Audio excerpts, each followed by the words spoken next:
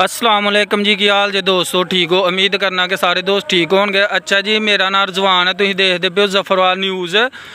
Zafarwal शक्करगार road शहीदे दे टूवल stop दे थोड़ी जी अगे सुपनाल मोड़ दे कोल है अग लाई दी है किसी ने सफेदियां दे लागे।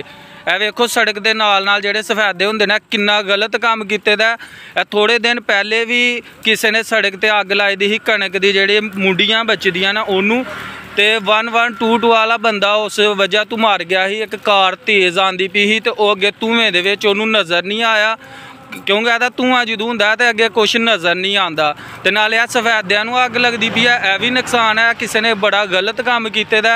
ਇੰਜ ਦਾ ਕੰਮ ਨਹੀਂ ਕਰਨਾ ਚਾਹੀਦਾ ਤੇ ਇਹ ਅਗਰ ਸਾਡੀ ਵੀਡੀਓ 1122 ਵਾਲ ਵੇਖਦੇ ਪਏ ਨਾ ਤੇ ਆ ਕੇ ਅੱਗ ਬੁਝਾ ਹੜਨ, ਇਹਦਾ ਕੋਈ ਨੁਕਸਾਨ ਵੀ ਹੋ ਸਕਦਾ ਹੈ। ਪਰ ਹਲੇ ਜਿੰਨੇ ਵੀ ਅੱਗ ਲਾਈ ਦੀ ਆ ਬੜਾ ਗਲਤ ਕੰਮ ਕੀਤੇ ਦਾ। ਦੇਖੋ ਬੜੀ ਦੂਰ ਤੱਕ ਅੱਗ ਲੱਗ ਗਈ ਦੀ ਆ। ਤੋੜ ਦੋਨਾਂ ਸਾਈਡਾਂ ਦੇ सड़क ਦੇ ਅੱਗ ਲਾਹੜੀ ਦੀ ਆ। ਵੇਖੋ ਧੂਆਂ ਗੱਡੀਆਂ ਨਜ਼ਰ ਹੀ ਨਹੀਂ ਆਉਂਦੀਆਂ ਪਈਆਂ। ਜਿਸ ਤਰ੍ਹਾਂ ਧੁੰਦ ਨਹੀਂ ਸਰਦੀਆਂ 'ਚ ਪੈਂਦੀ ਉਂਝ ਧੁੰਦ ਪੈ ਗਈ ਦੀ ਹੈ।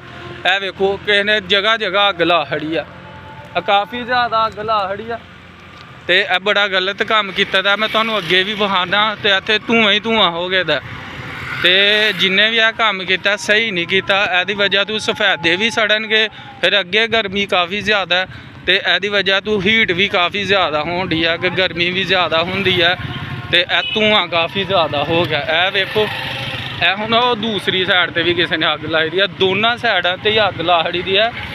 ਇਹ ਸ਼ਹੀਦੇ ਦੇ ਟੂਲ ਤੋਂ ਲਾ ਕੇ ਤੇ ਸੁਪਨਾਲ ਮੋੜ ਤੱਕ ਅੱਗ ਲੱਗੀ ਦੀ ਆ। ਇਹ ਤੁਸੀਂ ਵੇਖ ਸਕਦੇ ਹੋ ਕਿਸੇ ਨੇ ਬੜਾ ਹੀ ਗਲਤ ਕੰਮ ਕੀਤਾ ਤੇ ਵੀਡੀਓ ਨੂੰ ਜ਼ਿਆਦਾ ਤੋਂ ਜ਼ਿਆਦਾ ਸ਼ੇਅਰ ਕਰੋ ਕਿ ਜਿਹੜੇ ਬੰਦੇ ਇੰਜ ਦਾ ਕੰਮ ਕਰਦੇ ਨੇ ਉਹ ਨਾ ਕਰਨ।